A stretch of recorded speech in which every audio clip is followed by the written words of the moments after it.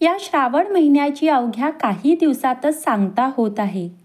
या पवित्र अशा श्रावण महिन्यातील शेवटची व्रते आचरली जाणार आहेत. उद्या 21 ऑगस्ट 2025 म्हणजे श्रावणातील शेवटचा गुरुवार. या दिवशी गुरुपुष्यामृत योग जुळून आलेला आहे.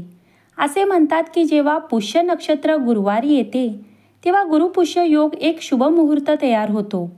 या योगास अमृत योग असेही म्हणतात, कारण हा गुरुपुष्यामृत योग वारंवार जुळून येत नाही.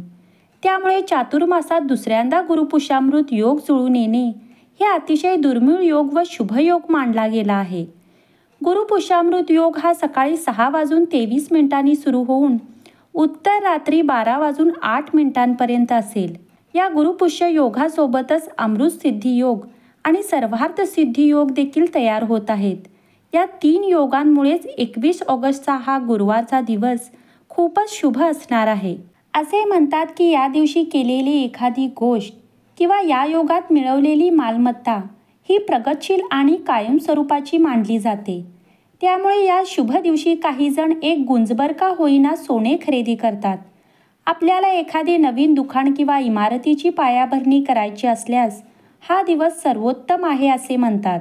तसेच या गुरुवारच्या दिवशी गुरूंची पूजा करण्यालाही विशेष महत्त्व आहे. त्यामुळे आपल्या जीवनातील गुरूंचे पूजन हे आवर्जून करावे.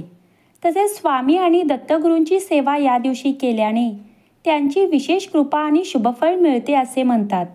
कारण गुरु आणि पुष्य नक्षत्र हे दोन्ही धनसमृद्धी आणि ज्ञानाचे प्रतीक आहेत. या योगात कोणत्याही केलेल्या कामांमध्ये यश मिळण्याची शक्यता असते. तसेच आपल्या गुरूंकडून ज्ञान संपादन करण्यासही हा दिवस शुभ मानला जातो. या गुरुपुष्यामृत योगात विशेष करून धन आणि समृद्धीची देवी माता लक्ष्मीचेही पूजन केले जाते. अशी मान्यता आहे की या दिवशी भगवान विष्णूंसोबतच माता लक्ष्मीचेही पूजन केल्याने त्यांच्या आशीर्वादाने आपल्या संपत्तीत वाढ होते. या गुरुपुष्यामृता दिवशी नवीन घर खरेदी करणे किंवा नवीन घरात स्थलांतर करणे तसेच एखादा मोठा व्यवहार करणे खूपच फलदायी ठरतो. पुष्य नक्षत्र सर्व प्रकारांच्या कार्यांसाठी अत्यंत शुभ मानला गेला आहे. पुष्यचा अर्थ पोषण करणारा, शक्ती देणारा असा होतो. म्हणूनच या गुरुपुष्यामृत योगात लहान मुलांना देखील स्वर्णप्राशन केले जाते. त्यामुळे या दिवशी आवर्जून आपल्या गुरूंसह लक्ष्मी स्तोत्राचेही पठण करावे.